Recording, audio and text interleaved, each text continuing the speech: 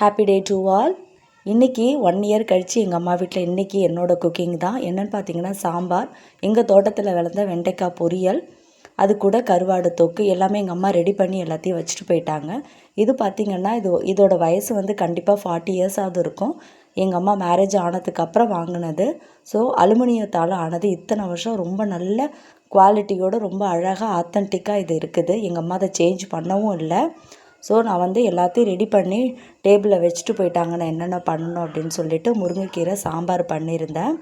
So கோவக்காய் பொரியல்லாம் பண்ணலான்னு பார்த்தா டைம் இல்லை, கரண்ட்டு வேறு போயிடுச்சு அடிக்கடி. அப்புறம் அரைச்சி விட்ட சாம்பார் என் பாப்பா கேட்டதுனால ஒரு வழியாக ரெடி பண்ணி அன்றைக்கே சமையல் லஞ்சை முடிச்சிட்டேன். ஸோ 1 இயர் கழித்து சமைக்கும் போது எது எந்தெந்த இடத்துல இருக்குது அப்படின்னு தெரியாமல் கொஞ்சம் தடுமாற்றமாக தான் இருந்துச்சு எனக்கு. ஸோ இதான் இன்றைக்கி எங்களோட லஞ்சு. அரைச்சி விட்ட சாம்பார், வெண்டைக்காய் பொரியல், கருவாடு தொக்கு. See you on tomorrow's mini vlog.